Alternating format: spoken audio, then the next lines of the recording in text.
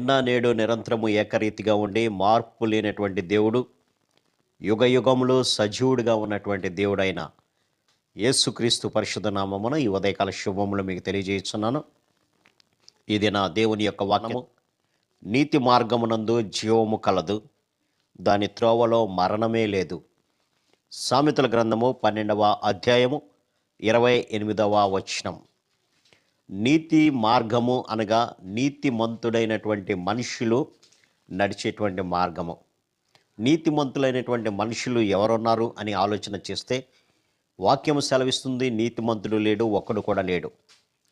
మరి వారి యొక్క మార్గం ఎలా ఉంటుందంటే, అందరికీ నీతిని దయచేసేటువంటి యేసయ్య ఏర్పాటు చేసినటువంటి మార్గమే నీతి మార్గం.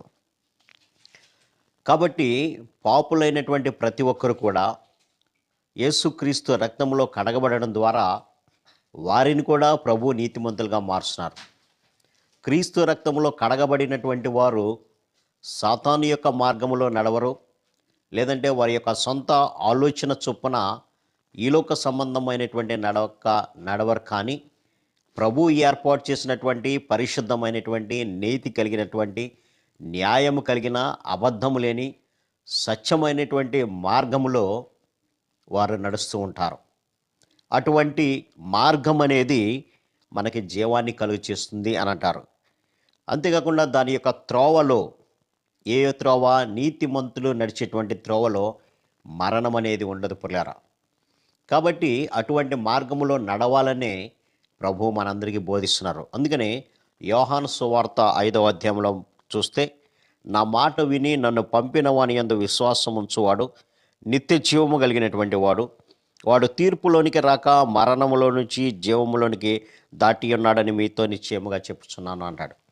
కాబట్టి నీతి లేనటువంటి ప్రతి మానవుడు కూడా యేసుక్రీస్తునందు విశ్వాసం ఉంచడం ద్వారా, అనగా ఆయన యొక్క మాటలను విని, ఈయన మనందరి కొరకు వచ్చినటువంటి రక్షకుడని నమ్మి, ఈయన మన ప్రతి పాపం నుంచి మనల్ని పవిత్రపరిచి, మన యొక్క ప్రతి అవిధేయత నుంచి మనకు విడుదలను దయచేసి నీతిమంతులుగా మనల్ని మార్చి తన యొక్క పరిశుద్ధ పట్టణములోనికి, అనగా నిత్య జీవములోనికి, అనగా మరణము లేనటువంటి మార్గములో మనల్ని నడిపించి తన యొక్క రాజ్యానికి తీసుకువెళ్తాడని ఎవరైతే ఆయన యందు విశ్వాసం ఉంచుతాడో వాడు నిత్య జీవము గలవాడు అంటాడు. అనగా నిరంతరం కూడా జీవించి ఉండేటువంటి గొప్ప ధన్యతను ప్రభు మనకిస్తున్నాడు ప్రియులారా.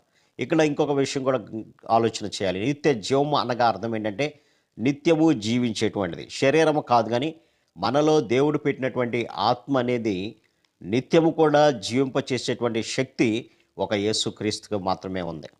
ఎప్పుడైతే ఆ ఆత్మ పరిశుద్ధపరచబడుతుందో అప్పుడు మాత్రమే నిత్య జీవములోనికి వెళ్తుంది. ఒకవేళ మన యొక్క ఆత్మ గనక పరిశుద్ధపరచకుండా ఉన్నట్లయితే, ఈ లోకానుసారమైనటువంటి జీవితం జీవిస్తూ ప్రతి అపవిత్రత కూడా మన యొక్క ఆత్మకు అంటుకున్నట్లయితే మనము నిత్య రాజ్యానికి వెళ్ళలేం ప్రియులారా. కాబట్టి ఇక్కడ ప్రభు చెప్తున్నటువంటి మాట, నన్ను పంపిన వాని యందు విశ్వాసం ఉంచువాడు నిత్య జీవము కలవాడు, వాడు తీర్పులోనికి రాక మరణములో నుండి జీవములోనికి దాటి ఉన్నాడు. అవును ప్రియులారా, క్రీస్తు రక్తం చేత కడగబడినటువంటి ప్రతి ఒక్కరు కూడా మరణాన్ని దాటేసి జీవములోనికి వెళ్ళినట్లుగా మనం చూడవచ్చు. అందుకనే భక్తుడు చెప్తున్నటువంటి మాట ఏంటంటే, యేసుక్రీస్తు నందు విశ్వాసం ఉంచినటువంటి వారికి ఏ శిక్షా విధి లేదు అని అంటారు. కారణం ఏంటంటే, ఆయనే మనకు తీర్పు తీర్చేటువంటి వాడు. ఆయన ద్వారానే మనము నిత్యమైనటువంటి నరకం నుంచి తప్పించబడి ఆయన యొక్క రాజ్యములోనికి మనందరం కూడా చేరేటువంటి వారిగా ఉంటాం. అంతేకాకుండా రోమాపత్రికలో కూడా మనం గమనించినప్పుడు, అయితే దేవుడు మన ఎడల తన ప్రేమను వెల్లడిపరుస్తున్నాడు, ఎట్లనగా మనం ఇంకనూ పాపులమై ఉండగానే క్రీస్తు మన కొరకు చనిపోయాను, కాబట్టి ఆయన రక్తం వలన ఇప్పుడు నీతిమంతులుగా తీర్చబడి మరింత నిశ్చయముగా ఆయన ద్వారా ఉగ్రత నుంచి రక్షించబడదాము. కాబట్టి ఆయన రక్తములో మన ప్రతి అవిధేయత ఒప్పుకొని కడగబడదాం. తద్వారా ఆయన ఇచ్చేటువంటి నీతిమత్వాన్ని మనం తీసుకొని ఆయన మార్గములో నడుస్తూ ఉగ్రత నుంచి రక్షించబడదాం. అట్టి కృపా పరిశుద్ధాత్మ దేవుడు మనందరికీ దయచేయను గాక. ఆమేన్. ప్రార్థన. సర్వశక్తుడా, ప్రేమ గల మా తండ్రి, నీతి మార్గము నడిచినటువంటి వారు జీవానికి వెళ్తారు, మరణం నుంచి తప్పించబడతారన్నావు నాయన. మా యొక్క జీవితాలను నాయన పరిశీలన చేసుకొని మేము నీతి మార్గంలో నడుస్తున్నామా, లేదంటే నీతి లేని ఇహలోక సంబంధమైనటువంటి మార్గంలో నడుస్తున్నామా అనేది ఒకసారి పరిశీలన చేసుకొని, ఒకవేళ నీతి తప్పినటువంటి స్థితిలో ఉంటే మమ్మలను మేము సరి చేసుకుని నేను మీ మార్గంలో నడవడానికి కావలసినటువంటి కృపను మాకు దయచేయమని యేసు నామమున అడిగి వేడుకొంచున్నాం తండ్రి. ఆమేన్. God bless you.